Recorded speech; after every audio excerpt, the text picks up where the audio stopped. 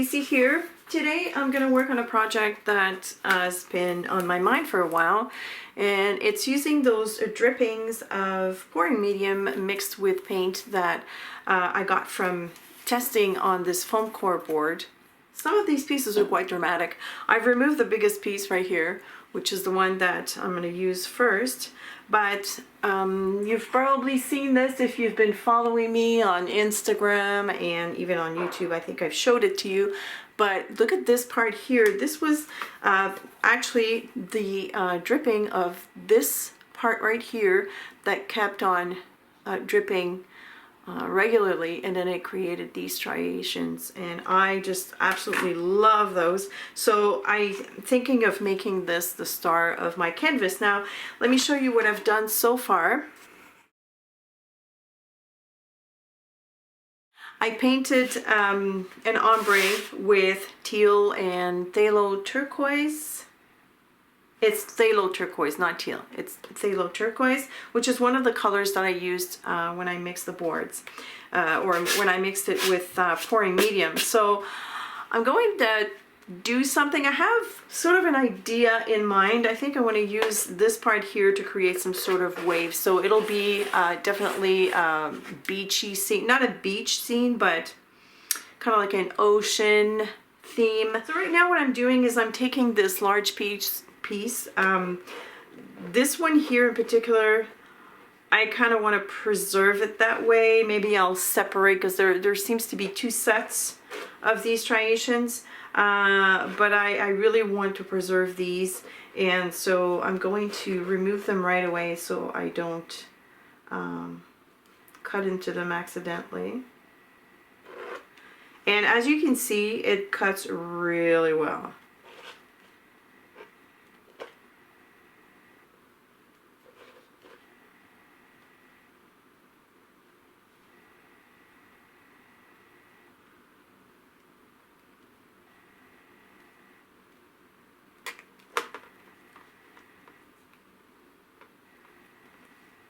Some pieces are going to be, you know, discarded, of course, but I think I'll be able to use most of it.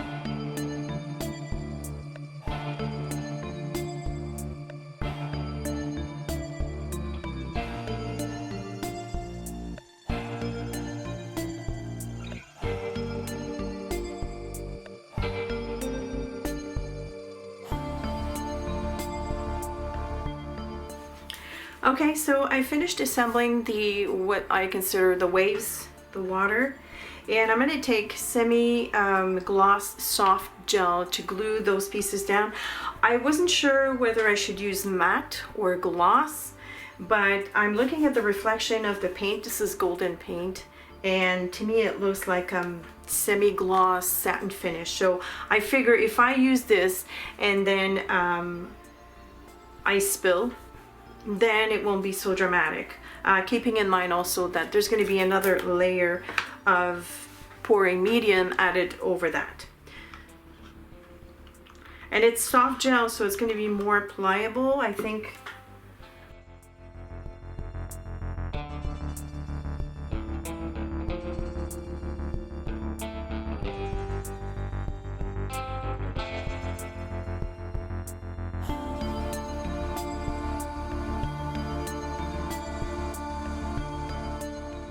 Look what I found in my stash. I found a bird and two other birds. That makes 3 birds. That makes me happy. So these pieces are glued down. This one I need to trim on the side here, but I'm going to glue down these 3 little birds because I do want them in the background as well. Okay, so I found these two pieces on my mat. They were of course separated, but I'm assuming these were going around the cups that I had, and I figure if I put them together like so, it would make a nice sun. So I'm just going to trim this part here.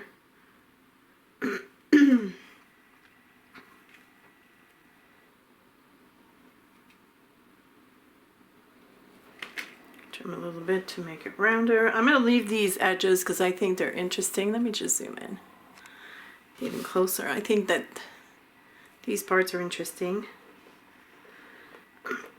And I'm going to join the two pieces together like that. I also added some little dots. So I'm getting ready to pour the medium, and some of you have asked me how I deal with the big bucket of pouring medium that I bought. Of course, I don't pour directly from this. I have kept my older bottle, and what I do is pour some of this in my smaller bottle. And to do this, yeah, I've had a few accidents, but it's okay, kids. I'm a professional. So, of course, I always have my mat at the ready because whatever falls can always be reusable. In this case, whatever's going to drip will be clear, but I can always add some ink if I really wanted to make it interesting. But generally, I'm pretty good at keeping it clean. So, I have a funnel. I put the funnel inside my smaller bottle, and then I'm just going in like this, and I bring the funnel close to the bucket and I pour. And of course, whatever you're, sorry about that, whatever you're using will have to be cleaned right away. So the funnel and the little cup. It just makes the pouring much easier, because to open the big bucket every time I need it, since I'm addicted to this stuff, it would be a shame. I think it would tend to dry a little faster. I haven't had a problem yet, and it doesn't even seem that the edges are dry, but one thing also you have to remember is when to stop, and I didn't. All right, so now we're gonna have a big mess. Well, I'm glad I'm doing this on camera so that you can see the mess that I'm making right now. So it's overflowing. So I'm just gonna put the funnel right here. I usually have a spatula at the ready. I'll use my palette knife. I usually scrape the bottom because you don't want to waste any of that stuff. But I do have a silicone spatula. I just can't see it.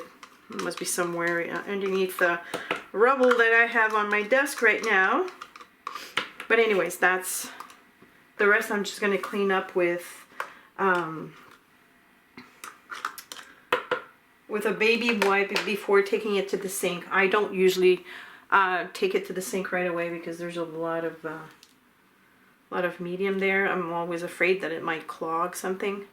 Okay, so I've got it pretty close to the top. As long as I can put the cap back on, I'm good with that. So I'll just close that. And I'm ready to go. And all I have is a little bit here. And now I'm just going to close everything up. And I'm good until the next refill. The one thing that will make it easier on you for your next pouring or your next transfer, I guess, would be to keep the edges clean of your big bucket. It's a lot easier. And then that's it. Okay, I'm going to try something new. I'm going to tape the edges of my canvas. This is artist tape.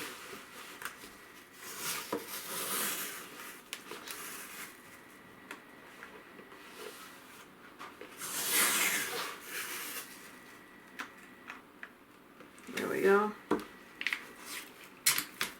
So there's a divot in the middle. I should have thought of that before.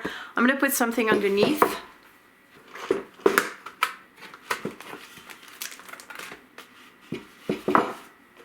Okay, so I have 2 books inside there and a couple of sheets of paper. And because I'm being very meticulous today, I'm going to take my level and see if, because I know my place is not level. Ooh, it's in the middle. We're good.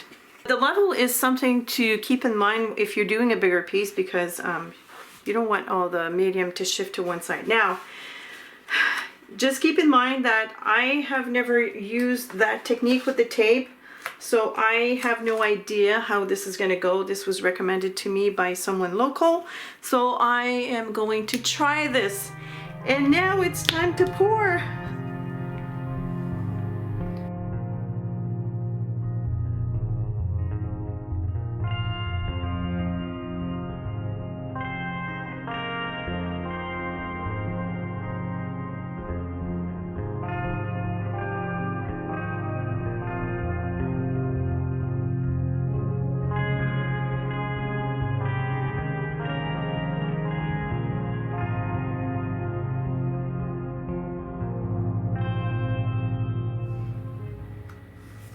Okay, I don't want to touch it anymore just because I know that it's going to create more problems in the long run. I might go in with a second coat of pouring medium. For the air bubbles, I was told that rubbing alcohol would do the trick if you spray where you see the bubbles. I'm not sure how I'm going to show you this though. Okay, so there's one right there. And I'm going to spray. I'm going to try it off my work. I'm going to spray. Ah! It totally works. Oh my goodness. It's gone. Oh, there's a big one here too. Okay, hold on. It's right here next to the bird. Right here.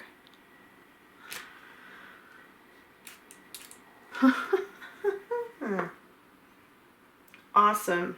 Okay, so I, before it even dried, like right after I shut off the camera, I realized that I had way too many divots, and because I want to create the illusion of depth, I needed to cover the whole thing. So I know it's not cheap, but there are different brands, so you might want to investigate. But on my piece, I ended up pouring the whole container, okay? Because I really do want to achieve something very, very glossy, very thick, and like I said, with the illusion of depth. So I needed to cover over the skins that I have. Some of my skins were quite dimensional.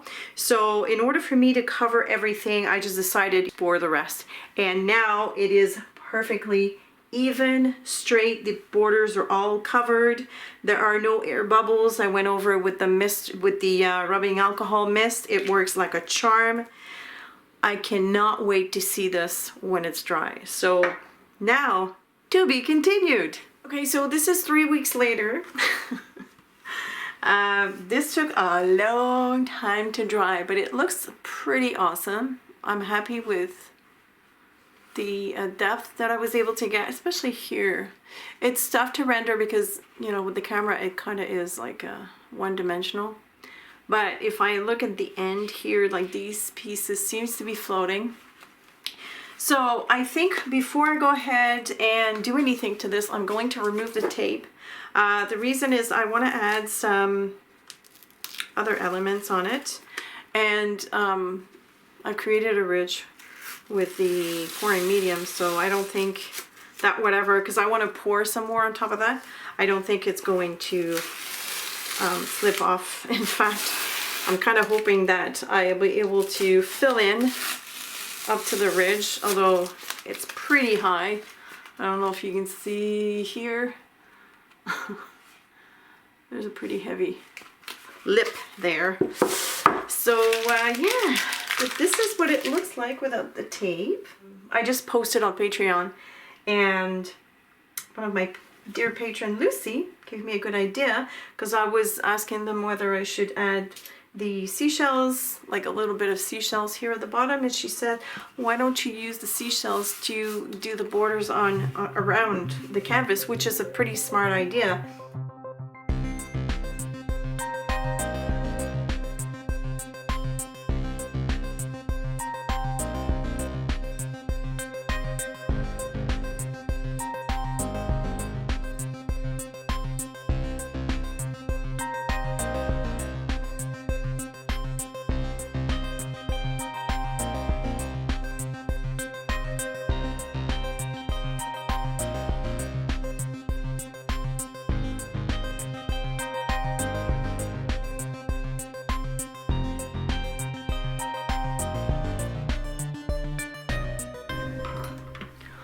All right, I have a giant mess on my desk. There's a few seashells that broke because I dropped this thing many times. It was very awkward to glue the seashells just because it's not even. I allowed myself a little bit of playtime here. I added this one here at the bottom, which I thought was interesting, and then these two here, just so that I have a little bit of seashells on the face of the canvas. But it was fun. I mean, I have a few spots where I need to add more, but I think I'm just gonna add them randomly here and there.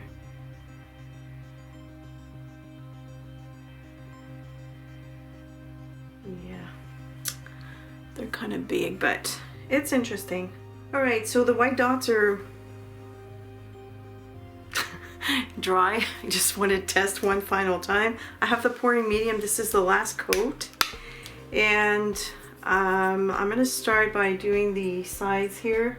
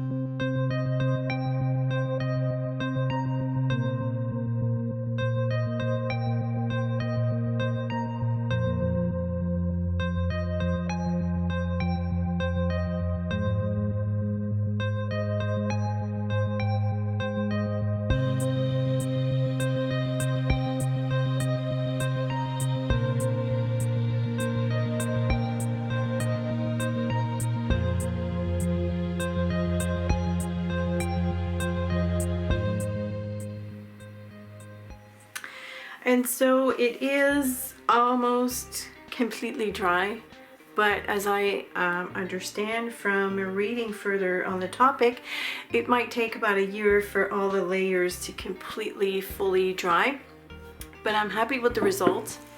You can see here, like right here, it's still very milky.